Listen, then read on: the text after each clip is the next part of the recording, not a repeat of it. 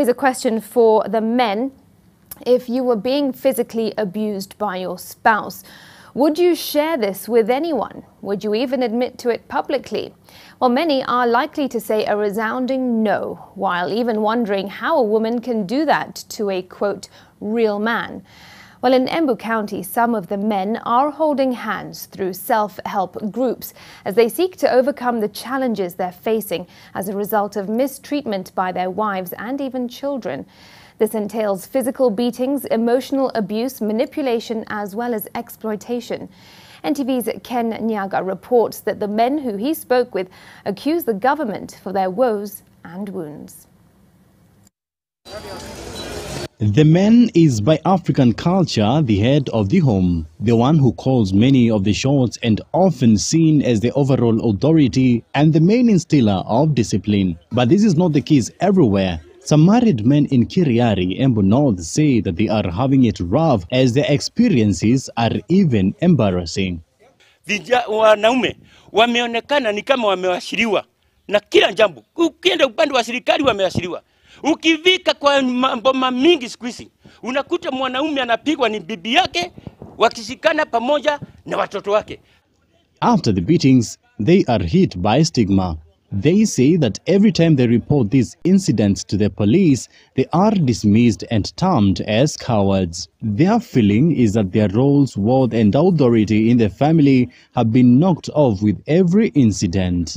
The abuse is more than physical, it is emotional and psychological as well. Sasa nauliza, je, ndugu zanguni, ni wapi tutakimbilia? Mwanaume atakimbilia wapi sasa? Akiwa kazi yake ni kupogongwa, akienda nyumbani ni vita. Akienda pale kaambia police station, ana report vile amepigwa ni bibi yake na watoto yake, anaambiwa kwani wewe mjinga. Sasa huyu mzee atakimbilia wapi?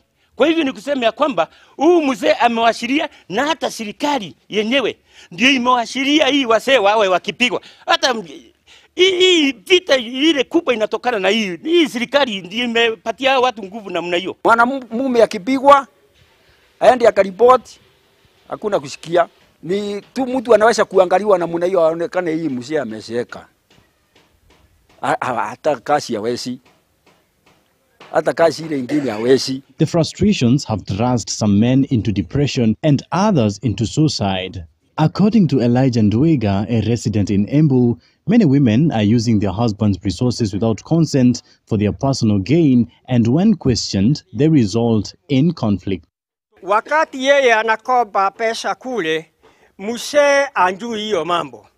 Na wakati anakopa ile pesa, wakati wa kulipa ukivika, ndipo mwanamume anaona watu wanakuja kuchukua ng'ombe yake. There is comfort in numbers, they say. Some of the men have formed self-help groups to give a platform for them to air and find solutions to some of their challenges.